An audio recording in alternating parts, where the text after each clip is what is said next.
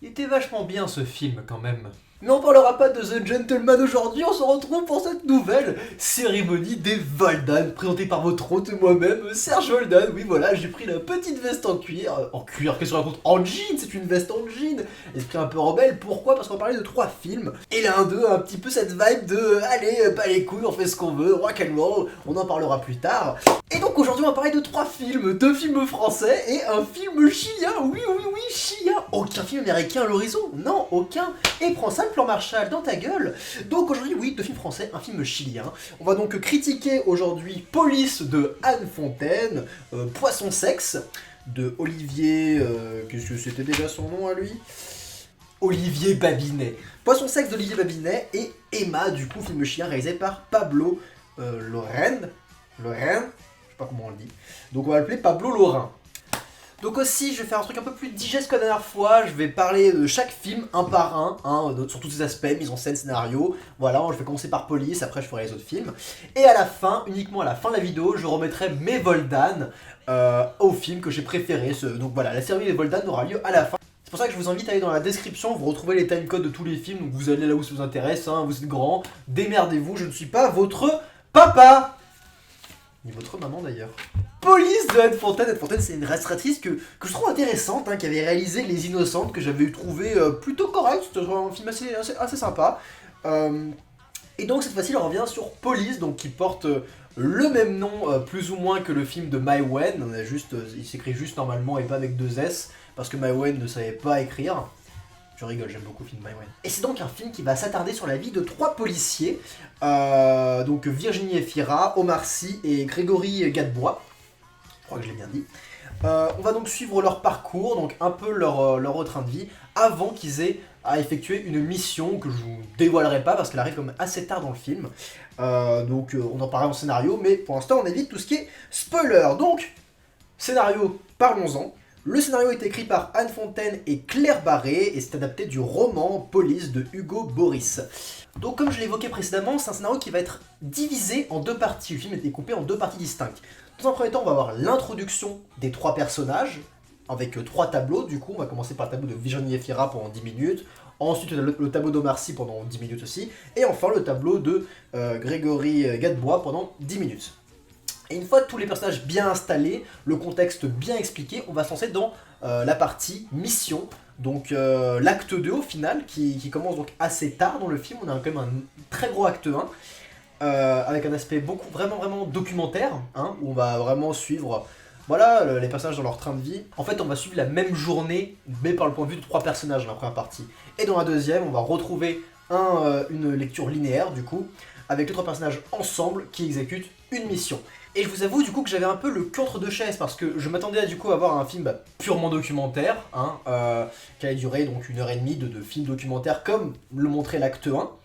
Mais au final, à partir de ce moment-là, le film décide de partir sur une mission et je ne sais pas, je dirais pas que ça m'a déstabilisé, mais je me suis du coup senti, ok, en fait du coup le film commence enfin à partir de ce moment-là.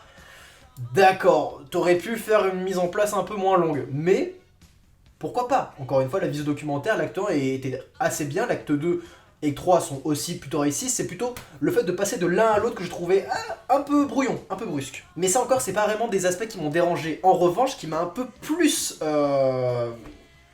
fait tiquer, c'était quand même que c'est un film qui est quand même extrêmement noir. Il y a très peu de place à la positivité dans ce film. Il y a très peu de moments de joie, où on relâche la pression, où on rigole. Très peu, il se compte sur les doigts d'une main. Et je pense surtout à la scène entre Omar Sy et Virginie Efira qui se fricotent un peu sur les tatamis alors qu'ils étaient en train de faire du judo. Ça me fait penser à la scène de Kolyoko avec Yumi et Lurik.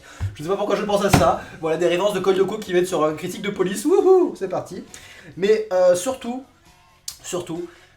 j'ai trouvé que l'écriture était un peu maladroite par moment. Et quand je dis l'écriture, je parle bien sûr des dialogues. Il y a des phrases dites par certains personnages extérieurs qui étaient censées être choquantes, dures à entendre. Genre je pense à un personnage qui arrive assez tôt au début, qui est extrêmement machiste, extrêmement sexiste, et qui te balance des trucs genre mais dégage, espèce de pute, mais t'es une grosse conne, retourne faire le ménage. Enfin, je sais pas s'il dit exactement ça, mais c'est cette idée en fait. Et la manière de le dire et les mots arrivent tellement d'un coup sec Et je ne sais pas, ça m'a fait rire, alors que ça n'aurait pas dû me faire rire. Mais c'est quand je dis que ça m'a fait rire, c'est surtout l'interprétation qui m'a fait rire en fait. Et le fait que ce soit venu soudainement comme ça, alors qu'il n'y avait aucune menace, ou que le mec qui était un peu dans le fond, il était pathétique en fait le mec. Je comprends l'attention, mais encore une fois, ça rajoutait un esprit un peu nanar des fois dans certains dialogues. Et puis, point aussi important, c'est que qui dit vue documentaire sur la police dit aussi et qui dit aussi titre similaire, identique au film de Mai Wen, dit comparaison nécessaire, obligatoire avec le film de Mai Wen. Et Police de Anne Fontaine en pâtit beaucoup, je trouve. Je le trouve beaucoup moins maîtrisé, beaucoup moins subtil que le film de Mai Wen en termes de scénario pur et dur. Le film de Mai Wen avait assumé sa visée documentaire avec tous ses personnages et avec le côté train de vie. On va faire un train de vie de tous ces personnages pendant 1h30. Il assumait ça et surtout il variait ses émotions. Il y avait du noir, il y avait du drame, il y avait de l'humour, il y avait de l'amour. Voilà, il y avait du choc. On variait les émotions. Dans ce film-là, beaucoup moins. Tout est très noir, tout est très sombre, tout est très dur. Ça m'a un peu dérangé. Parlons maintenant de la mise en scène de Anne Fontaine, donc qui, comme je l'ai dit, est une mise en scène qui se rapproche beaucoup de la visée documentaire, avec énormément de caméras à épaules, de gros plans sur les visages pour bien capter les émotions, et voilà, de suivi d'action, encore une fois, visée documentaire. Ça, on est bon, c'est très réaliste, ça marche bien. Mais c'est quand même permis un peu de piment dans sa petite sauce documentaire, un peu de petites choses sympathiques. Comme par exemple, il y a un truc qu'elle fait énormément, c'est qu'elle joue beaucoup avec les reflets des voitures, du pare-brise. Il y a beaucoup de plans où on va avoir le point de vue des personnages qui conduisent, donc vision personnages qui conduisent, on voit le paysage, et je sais pas pourquoi, donc on est censé avoir leur vision, donc ils sont censés voir les choses clairement, sauf que on a un jeu de reflets. C'est comme si leur vision était dédoublée, comme si c'était bourré, en fait, comme si c'était bourré. On a un peu souvent ce jeu-là avec les effets, ça rajoute ça rajoute quelque chose d'intéressant, en fait. On a vraiment cette impression que les personnages, voient pas clair, qui sont perdus, qui sont bourrés, qui planent à 10 000. Et ce côté perdu, personnage qui tourne en rond, il se retrouve dans un aspect cyclique qui est présent du coup dans l'acte 1, parce qu'encore une fois, on a 10 minutes d'une journée qui va se répéter, mais avec le point de vue d'un autre personnage, donc 10 minutes Omar Sy, 10 minutes Virginie Efira, etc., etc., etc. Mais aussi, clairement, des fois, c'est montré pur et cash avec Omar Sy qui regarde une machine à laver. Et ça tourne. Et il la regarde comme ça avec ses yeux morts. Voilà, on se cache pas, on est sur la routine, on est sur des personnages qui se font chier, qui ne savent pas ce qu'ils font, qui pourraient faire plus de choses, mais qui se sont engagés dans la police et qui voilà, font leur taf. C'est un peu le message du film, ils font leur taf. Donc voilà, je trouve que la mise en scène fonctionne. Je suis jamais très fan des films à visée documentaire, parce que quand je vais voir un film au cinéma, j'ai envie de voir du cinéma. J'ai pas envie de voir de la vraie vie. Même si la vraie vie est le cinéma. Enfin, bon, l'autre con, il a dit beaucoup de conneries, mais voilà. Vous comprenez mon point de vue, moi j'aime bien voir des... Mais encore une fois, c'est très bien réussi. La visée documentaire est très bien poussée, et GG Anne Fontaine, t'as géré ta mise en scène. Parlons maintenant acteur. Et en acteur, on va en retenir deux, en fait. On va surtout en retenir un, mais j'y reviens. Son nom mis sur le devant de la scène, Omar Sy, et Grégory Gadebois. Et je vais pas vous mytho, Omar Sy... oubliable. Enfin, le mec... alors, j'ai jamais été un grand fan, j'ai jamais compris l'engouement sur Omar Sy, pourquoi il était si populaire, parce que... Vraiment... Enfin, pour moi, il véhicule pas énormément d'émotions, et je trouve clairement en dessous de ses deux camarades, notamment son homologue masculin, puisqu'on va parler de lui, Grégory Gadebois, qui joue un personnage extrêmement intéressant, extrêmement subtil, et qu'il le fait d'une manière, il le tient, et chaque scène à laquelle il est présente, franchement, il vole la vedette. Il joue ce personnage qui est gonflé de son boulot, mais genre qui est gonflé, il en a ras le cul, mais il le fait parce que c'est son taf. Et tout le monde le fait chier, sa femme le fait chier, ses collègues le font chier, et il veut juste plus avoir d'emmerde en fait.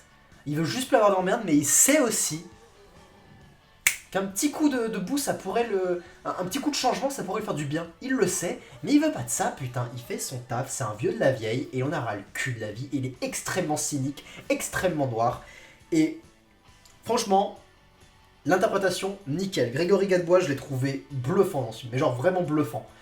Et parlons maintenant aussi de Virginie Efira, du coup, l'actrice principale, qui, alors, qu'on soit bien d'accord, je l'ai trouvée excellente. Virginie Efira, elle est excellente, c'est une très bonne actrice. Elle est extrêmement douce, extrêmement touchante, mais bon, vu que je l'ai vue plus souvent que Grégory Gadebois, elle ne m'a pas surprise. Surpris.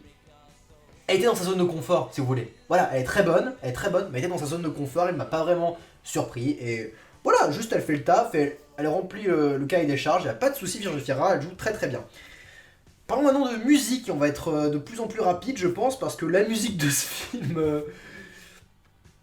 alors, il y a absente. Elle est absente. Il y a 2-3 musiques rajoutées un peu franchouillardes, des musiques d'époque que je trouve pas ouf et des violons à la fin. Non. Alors, la musique, il y a pas eu beaucoup de taf dessus, je trouve. Et en termes d'impact émotionnel, bah c'est assez terne en fait. En fait, c'est ce que je parlais au début, c'est que vu qu'on est toujours sur une même note, une note noire, sombre, on n'a aucun optimiste, aucune joie, aucun amour, en tout cas pas assez d'amour. On est sur la même vague et on suit le film et du coup on n'est pas assez impliqué, on n'a pas d'éléments qui peuvent nous... On n'a pas cette vague en fait. Cette vague de scénario, vous voyez? La vague qui fait que, oh putain ça va mal, oh putain ça va bien, oh non ça va mal, oh oui ça va bien, oh non ça va mal. On n'a pas ça. Là on est sur... Du coup on est... Ça va mal, ça va mal, ah, ça va mal, ça va encore plus mal, bah ouais ça va pas s'améliorer en fait.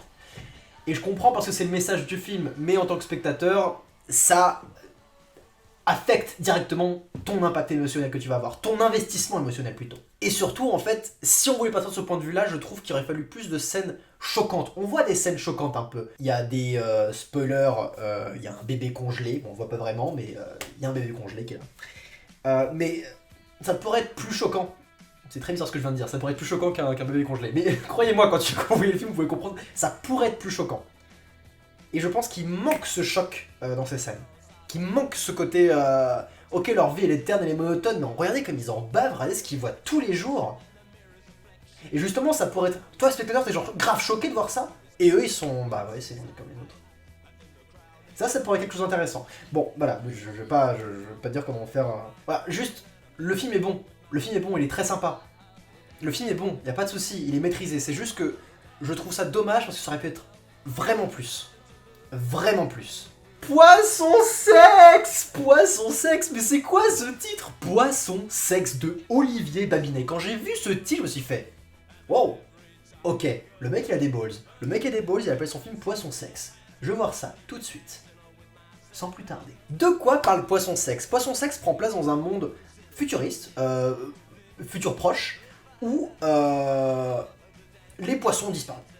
Il n'y a plus de poissons. Les poissons, ils sont cachés. Ils nagent plus dans les campagnes, dans les villes, sur les réseaux sociaux. Non, ils sont plus là. Ils sont cachés, ils sont planqués. Et du coup, il y a beaucoup d'experts qui cherchent à les retrouver parce que, voilà, ça craint. En fait, on est un peu dans la merde. Et c'est le pitch de base tient bien. Du coup, le pitch de base est quand même assez prometteur. On se dit, ah putain, qu'est-ce que ça pourrait amener? Où est-ce qu'on va aller avec ce pitch? Comment notre société va évoluer? Comment elle va s'adapter en fait à cette chose? Est-ce qu'on va sûrement pouvoir surmonter ça? Est-ce qu'on va continuer à consommer? Est-ce qu'on va pas changer les choses? Bon, il y a énormément de questions qui se posent là, et le film va pas traiter de ça. Mais le film apporte des thèmes intéressants, il aborde les dérives de la science en fait, les sciences qui vont à l'encontre de la nature parfois, l'homme qui joue à Dieu, et est-ce que c'est pas trop, est-ce qu'on en fait pas trop? Donc. Il y a aussi ce thème que parfois la vie ça se résume qu'à du cul. Voilà, poisson sexe. Mais malgré tous ces efforts, ce pitch prometteur et ces thématiques intéressantes qui sont vraiment ancrées dans le film, hein, les personnages en parlent, voilà, on les comprend ces thèmes. Le traitement est parfois assez naïf. Il est parfois assez naïf et il a un message que je trouve complètement presque gamin des fois. Ces personnages, en particulier ce personnage féminin, on va en reparler. Si vous voulez comprendre, en gros, les personnages, alors qu'il n'y a plus de poissons, vont tomber sur un poisson. Je sais plus quel type de poisson c'est, mais c'est des trucs bizarres roses avec des pattes assez mignons. C'est pas des axolotes?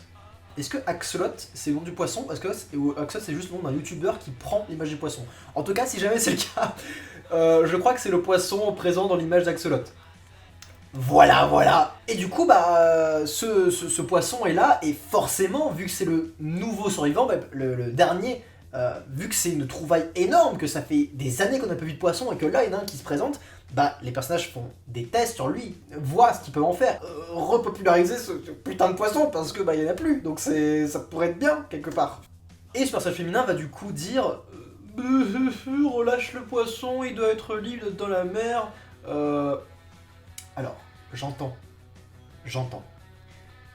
J'aurais trouvé ça plus nuancé si le personnage est plus acceptable. Ce personnage aurait dit ne joue pas à Dieu, les poissons sont morts par votre faute et vous pouvez pas les réanimer.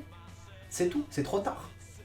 C'est un message très pessimiste, mais c'est pas un... Mais voilà, c'est plus nuancé et c'est plus... Je trouve ça beaucoup plus buvable qu'un relâche le poisson, c'est un être humain comme toi, tu sais, lui aussi il a des sentiments, il a une âme. C'est un poisson.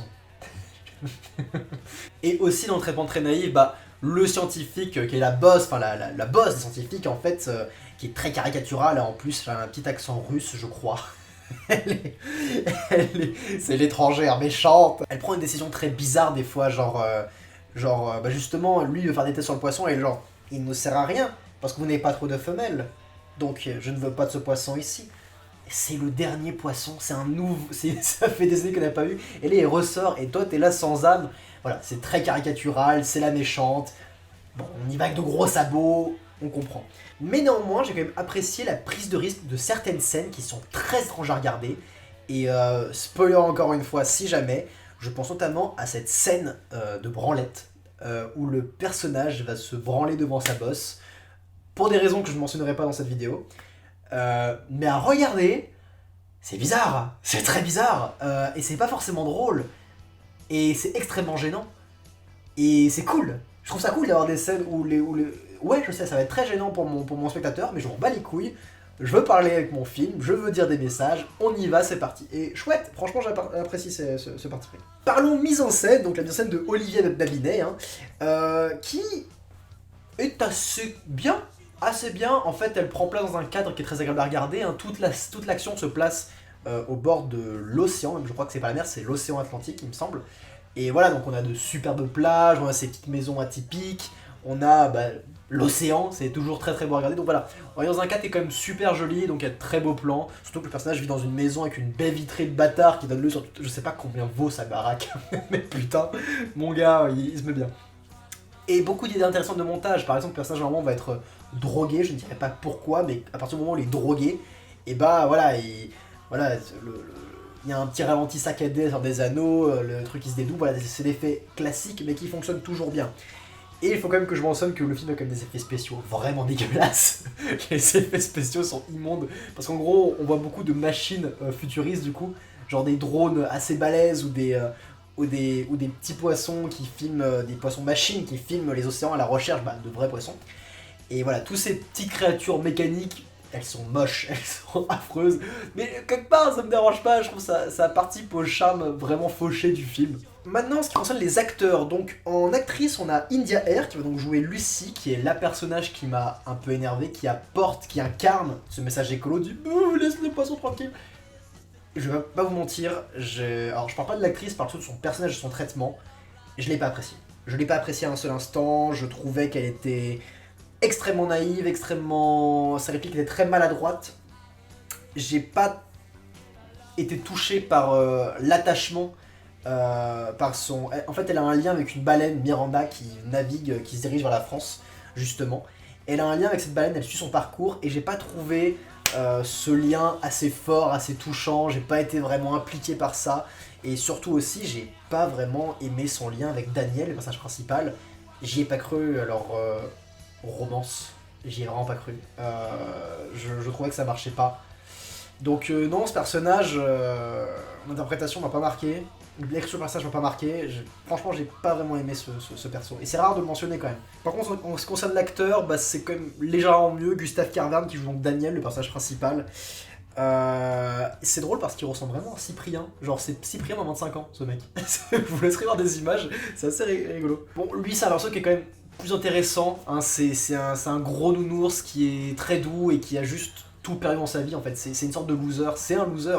C'est un mec, il avait un job, il était aux States, il avait une femme, alors son boss lui a piqué sa femme, il est rentré ici fauché, Il est et maintenant il fait des études de poisson, mais bon, non, il a fait un bouquin sur les piranhas, mais vu que tous les poissons sont morts, bah, son bouquin il vaut plus rien, tout le monde s'en fout. Enfin, il a vraiment une vie de merde quoi, c'est un loser. C'est bon, il a ce côté du coup attachant, mais encore une fois, j'ai pas été transcendé par son personnage. J'ai juste trouvé sympathique, j'ai juste envie de faire un bon gros câlin, quoi. Un bon gros câlin pour le réconforter, ce bon nounours. Parlons musique maintenant, la musique qui a été signée par Jean-Benoît Dunkel. En soi, c'est beaucoup de balades à la guitare, surtout. Le mec, il a gratté un peu, il a pris sa gratte, il était ok, on va faire une suite d'accord et tout. Ouais, ça passerait bien, tu vois. Et voilà, c'est beaucoup de suites de guitare assez mélancoliques, assez douces à écouter, assez agréables. Par-ci par-là, on a des petits sons rappelant les mers, justement, l'aspect maritime, avec des petits sons qui font un peu vagues. Et d'autres sons qui font beaucoup plus mécaniques, rappelant le côté futuriste. Donc voilà, le contrat est rempli, hein, il n'y a rien de marquant, mais c'est une très bonne musique d'accompagnement, j'ai rien à dire de plus là-dessus. Mais on va quand même parler de ce qui, je trouve, est le plus dérangeant dans ce film, c'est son investissement, l'impact émotionnel qu'il va laisser sur le spectateur. Bah non, j'ai pas été ainsi du tout. J'ai pas été ainsi du tout, malgré toutes les bonnes intentions et toutes les thématiques et toute, voilà, la note d'intention tout simplement du film, je suis pas rentré dedans, et ça pour une bonne raison, c'est que j'apprécie l'originalité, mais quand c'est pas assez bien dosé et quand le film est trop étrange à regarder, je trouve que ça impacte énormément l'investissement émotionnel que tu vas avoir pour le personnage. Tout est trop bizarre, caricatural, il y a des thématiques et des métaphores, on les comprend à peu près, et du coup on a aussi des scènes d'humour qui arrivent un peu de nulle part, et des scènes de drame qui arrivent un peu de nulle part, du coup on rigole pas vraiment, on pleure pas vraiment, on stresse pas vraiment, enfin, juste on regarde et on est un peu, même pas fasciné en fait, on n'est même pas fasciné, on regarde avec étrangeté ce poisson sexe de Vieux Babinet.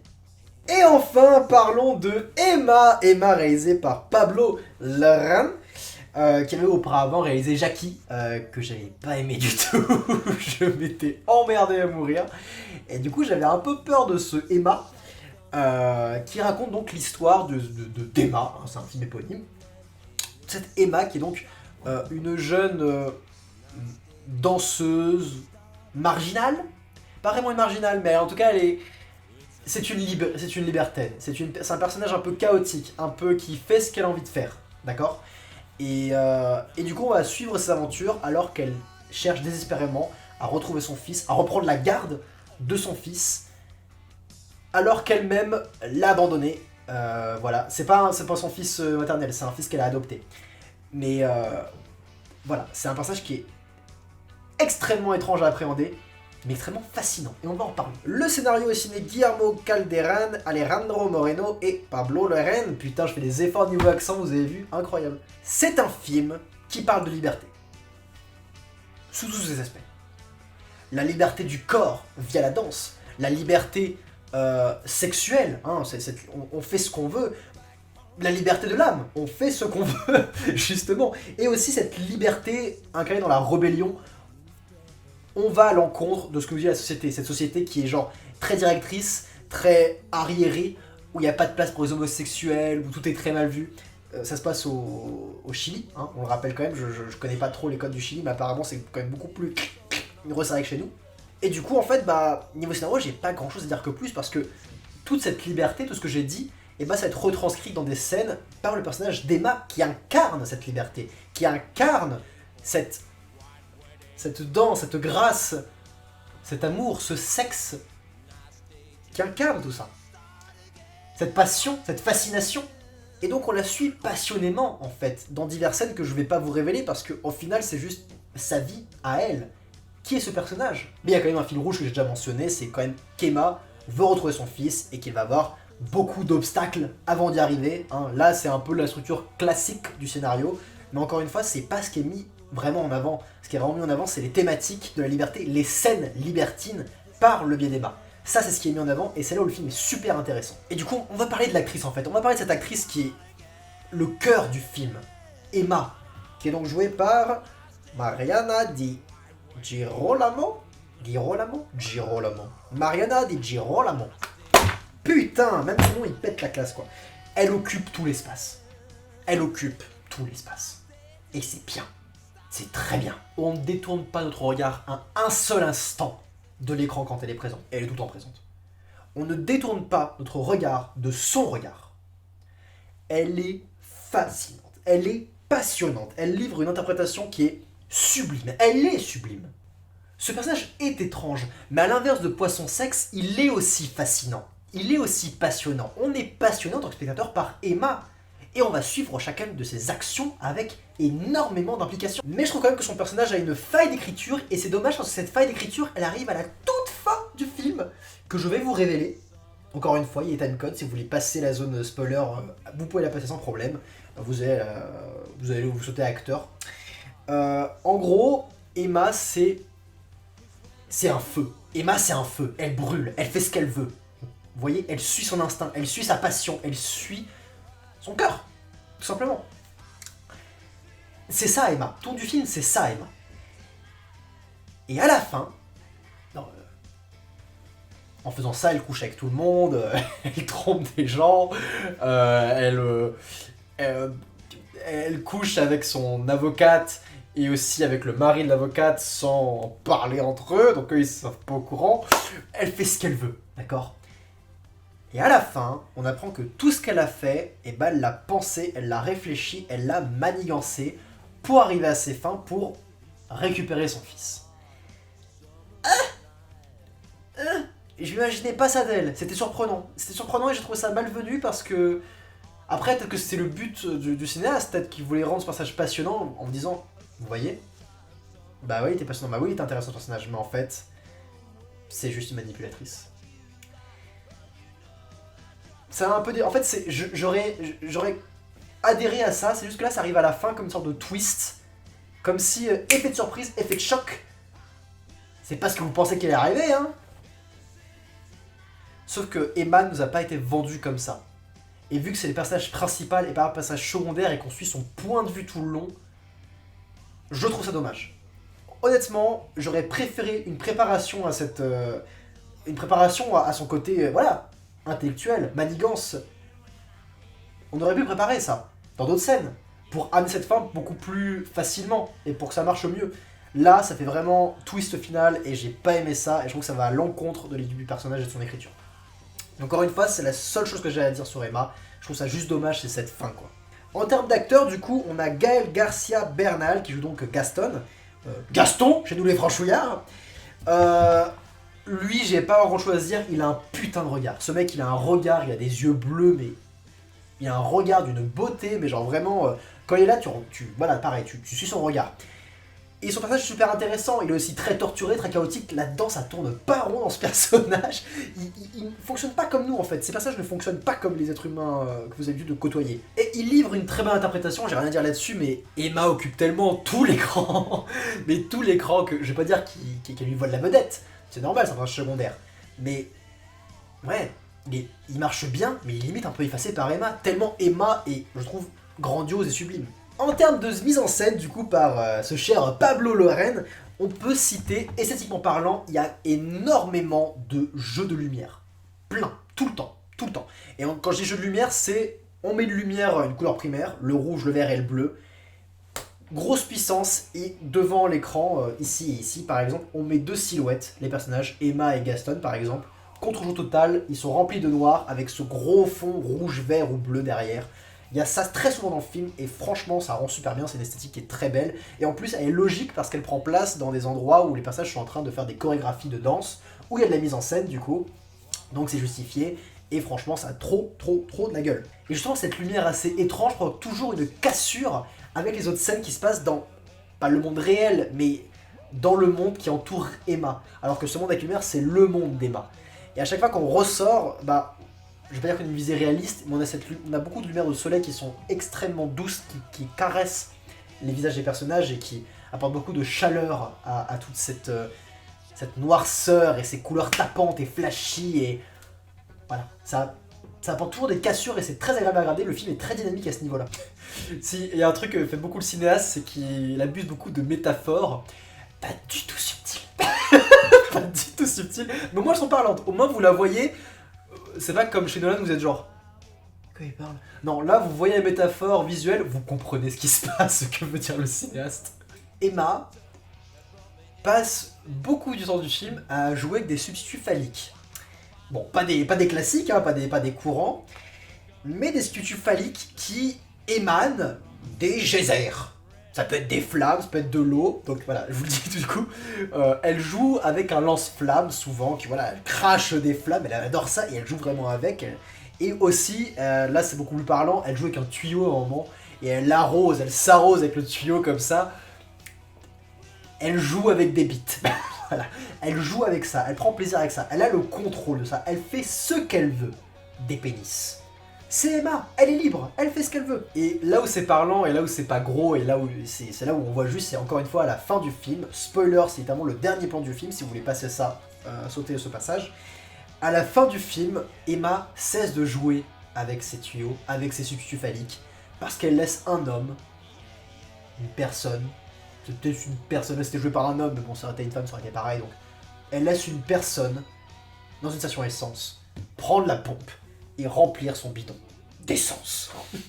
Elle se laisse remplir le bidon, ça y est, elle arrête de jouer. Concrètement, elle arrête de jouer avec sa liberté.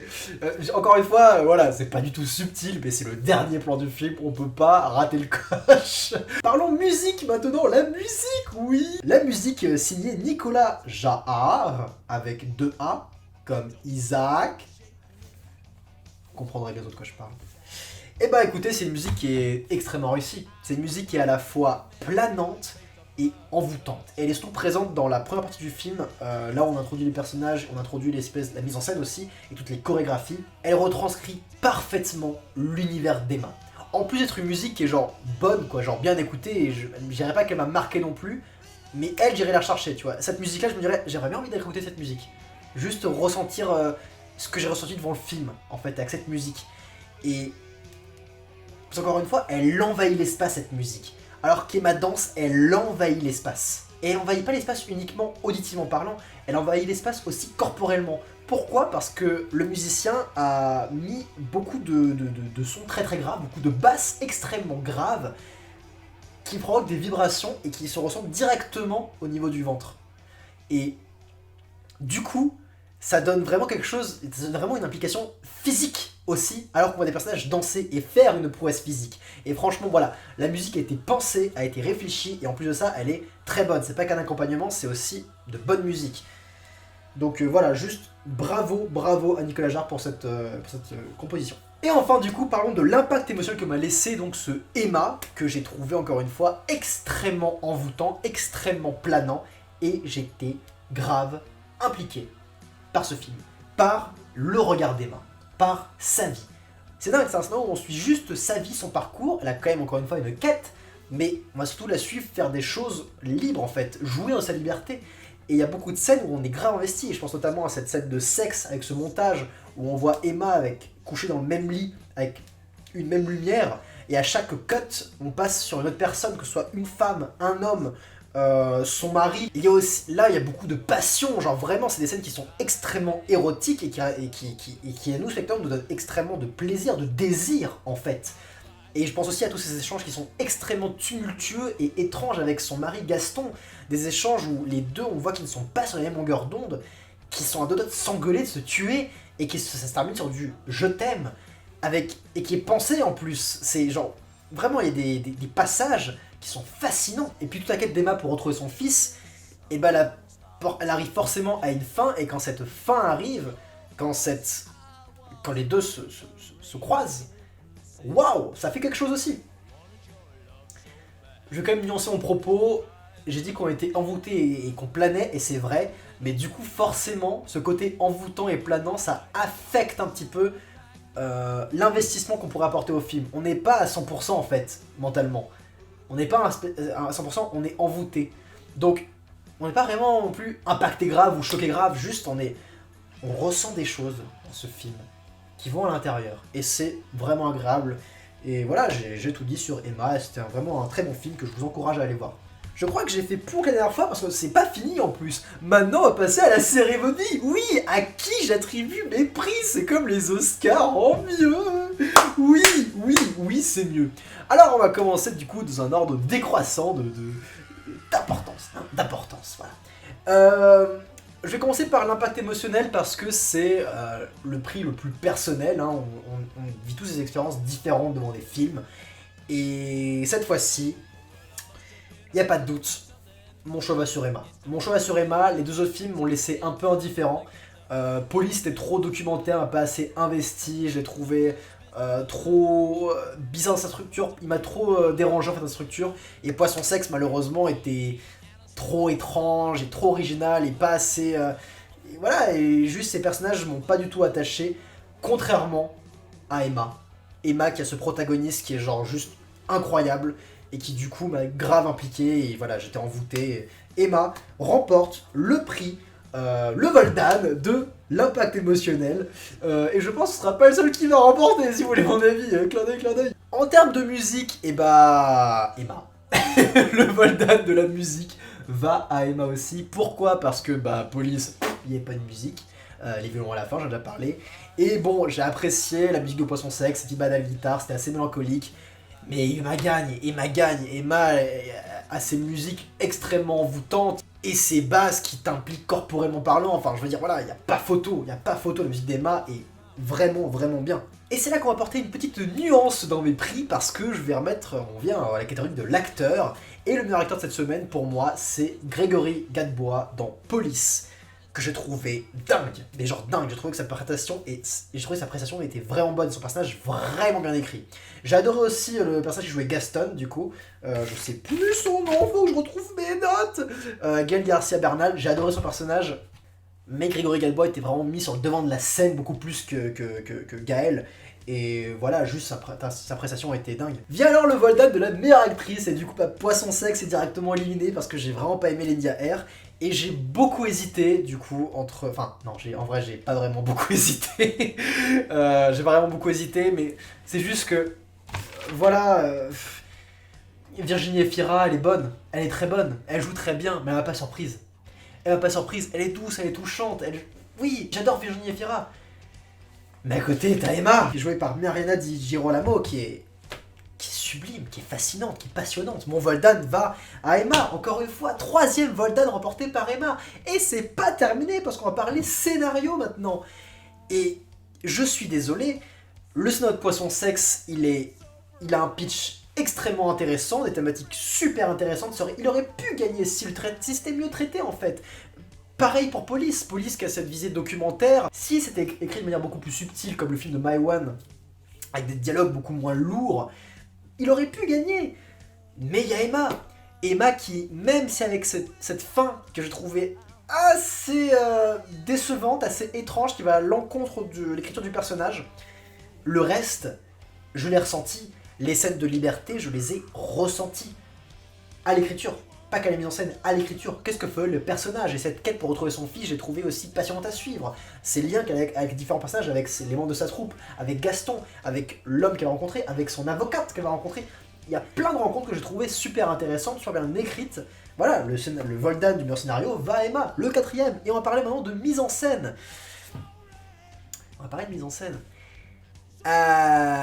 Poisson Sexe a un joli cadre et des effets spéciaux dégueulasses. Police a de bonnes idées de mise en scène, mais je trouve l'aspect documentaire un peu trop simple, un peu trop vu et revu, surtout dans les ruelles de Paris. J'en peux plus de voir les ruelles de Paris dans des films. Alors qu'Emma, à côté, il y a des plans sublimes, des jeux de lumière somptueux et des métaphores phalliques. On aime tout ça, les métaphores phalliques. Non, mise en scène pour Emma. Mise en scène pour Emma. Voldan de mise en scène pour Emma. C'est le 5e Voldan et on va passer au dernier, le plus prestigieux, le Voldan du meilleur film. No suspense, Emma, allez voir ce film en salle, je trouve que c'est clairement le plus intéressant des trois. Si vous avez envie de voir plutôt un train de vie réaliste, allez voir Police, ça va plus vous plaire. Mais si vous avez envie de voir de la liberté à l'écran, Emma c'est là pour vous. Et pour ce qui est de Poisson Sexe, je suis désolé, je vois pas trop comment vous vendre le film mieux que ça. Le film pour moi c'est un film très prometteur mais décevant. Et c'est tout pour moi, c'était une longue vidéo encore, je sais pas si je ferai toujours aussi long, mais ça m'a fait plaisir de vous parler de cinéma avec vous. Et on se retrouve pour la semaine prochaine, je sais pas de quoi on va parler, semaine prochaine ou pas, je sais pas encore, j'ai un planning assez chargé, vous savez. Donc nous verrons bien, et mon écran est éteint, je ne sais pas depuis combien de temps il est éteint, mais ça a dû grave affecter la vidéo, ça a dû grave vous chambouler, je suis désolé pour vous. On se revoit la semaine prochaine. Des gros bisous. où vous voulez.